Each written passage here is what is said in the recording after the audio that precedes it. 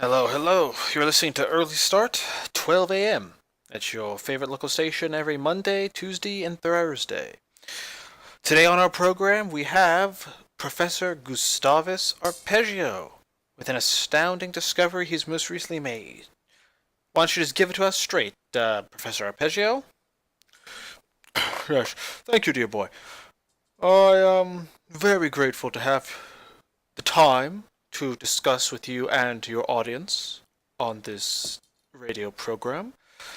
The radio is a fascinating invention that communicates and binds together the various people of the world, and I think in that excellence, our communicative ideas can disperse across a wider audience, that together we can find a glorious and wondrous, superfluous, intellectual society that could help as the bedrock of a new, enlightened population, which will work for the betterment of all mankind and society, and the radio brings together the greatest minds of the world in a glorious combination to bring forth a, so to speak, golden age. Right, right. So, what is it exactly you've discovered, Professor Pergio? Right, of course. I sometimes get lost in the wonder, the bewildering wonder of technological advancement of man. And in this last century alone, we have leaped beyond the radio, beyond the television program, beyond the internet, you could say. For my discovery, which is the next step, not only in technological evolution, but in physiological evolution. For I have discovered the secret hidden away of aeons of ancient knowledge, which I have poured through texts of Hermeticists, Gnostics, and the like, to discover the secret of telepathy. Telepathy, which is to say from the Greek word teleth, tele, or teli, as our Arab friends may pronounce it. I don't have many Arab friends, although once on a research trip into Egypt, I met a trader on the sand. He carved little flutes out of wood. Beautiful little things. I have one stored away. It is such a cherished artifact of my life that I intend to keep with me for many years to come. This Arab trader, he was, he lived his life, he told me, eating only oranges. And I found this most astounding. I said, how can a man get the necessary nutrients and vitamins that a dietary balance is needed for? How could he sustain himself in the sweltering heat of Egyptian sands, the home of the bones of the Roman legionnaire, to the ancient pharaoh, to the various peoples of the world which have wandered and conquered through that crossroads of mankind? Egypt, a beautiful little province at the corner of Africa, the Mediterranean coastline like none other. How could you sustain yourself with only citrus? And he said to me, because whenever I eat orange, I always have a little something else on the side. And this really elucidated in me the jovial nature of mankind, and that spiritual inclining towards the superb, towards the sublime, towards the beautiful, towards the wonderful.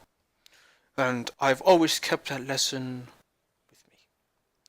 For to grow, to learn, is to have an accumulative history of your own life, a record, if you will, of all your various experiences and accounts that you may keep with you to the grave and perhaps even beyond, transmitted through the word and the pen for ancient, for ancients, and for the future alike.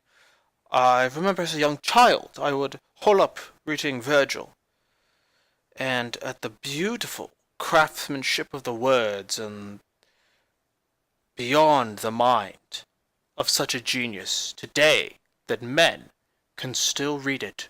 Or 300 years ago, we could read men who had still read Virgil. And 300 years, there'll still be men who can read Virgil. I, of course, read it in its native Latin, as I learned Latin when I was but a babe. I was off my mother's teat. After I was fluent in Latin. But it was most likely for my very excellent tutors, which was myself, for I am a self-taught man, and I wear this as a badge of pride, for the institutions that seek to diffuse a worthless knowledge upon the masses. I had a legacy at I had a legacy at several different universities, but I denied them all. I rejected them and their false teachings. I decided to be a pioneer.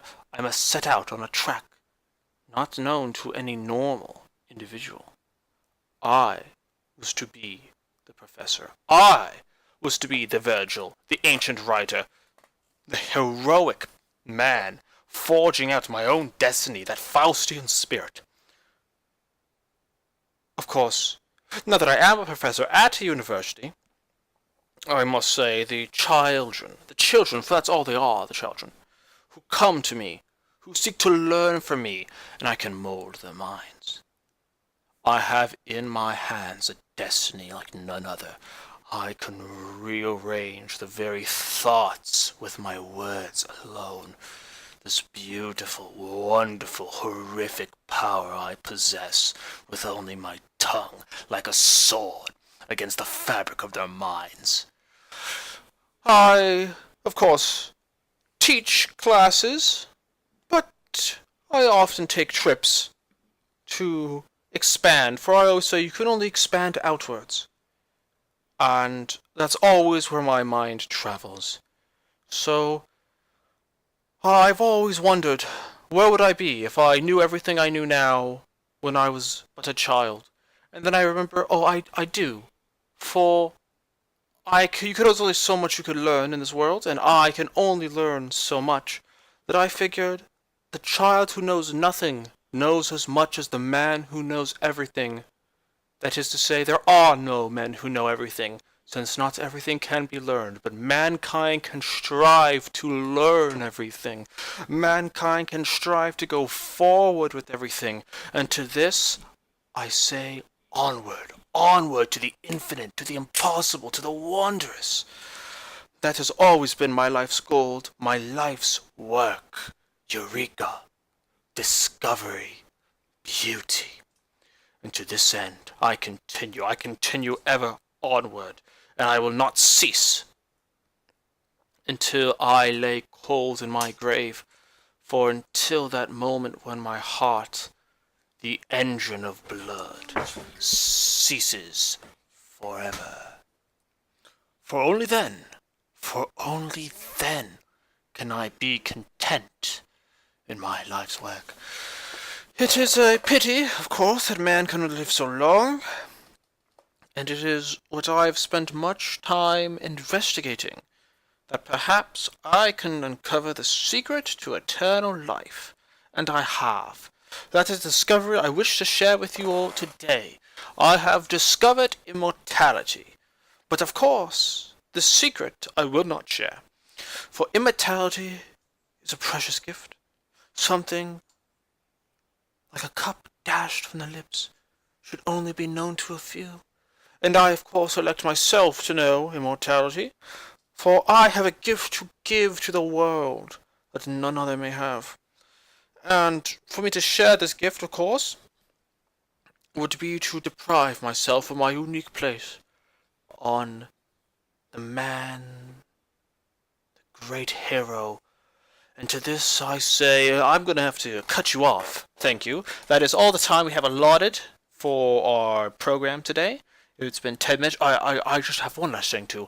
That's it. Thank you everyone for tuning in to whatever this program called, 1250. Wake, wake. All right, goodbye.